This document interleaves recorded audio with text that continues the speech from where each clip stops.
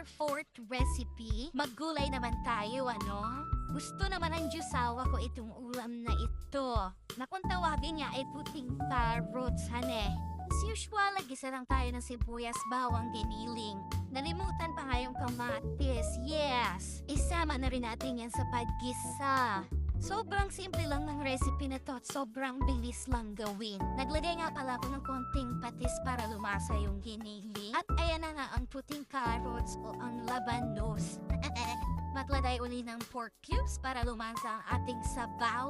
At syempre lagyan natin ng konting tubig bago takpan. Kumuha nga pala ako ng konting broccoli mula sa ating first recipe para hindi naman masyadong plain tignan itong ating labanos. Yes! Konting kulo at konting halo na lang at okay na rin itong ating ginisang labanos.